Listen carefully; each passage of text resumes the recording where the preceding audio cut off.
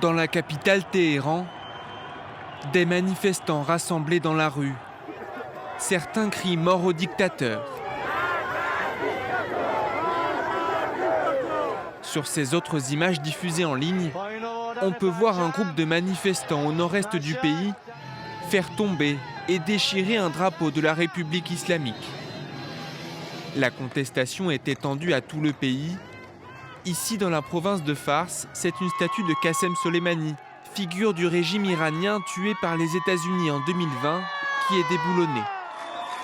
Des rassemblements qui font suite à l'appel lancé mardi dernier par Reza Pahlavi. Dans une vidéo, le fils du dernier Shah d'Iran appelle à poursuivre la mobilisation contre le régime. Il est essentiel de maintenir ces manifestations disciplinées et aussi importantes que possible. Aujourd'hui, je vous adresse mon premier appel à l'action.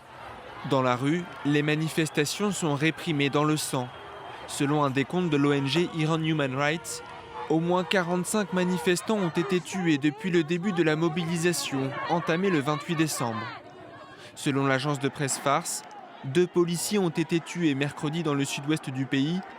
Un autre a été mortellement agressé au couteau à l'ouest de Téhéran. Le président iranien a appelé à la plus grande retenue face aux manifestations, alors que Donald Trump a menacé de frapper le pays en cas de répression meurtrière. Ces manifestations sont les plus importantes dans le pays depuis 2022 et celles qui avaient suivi le décès de Mahsa Amini lors d'une garde à vue pour un voile mal porté.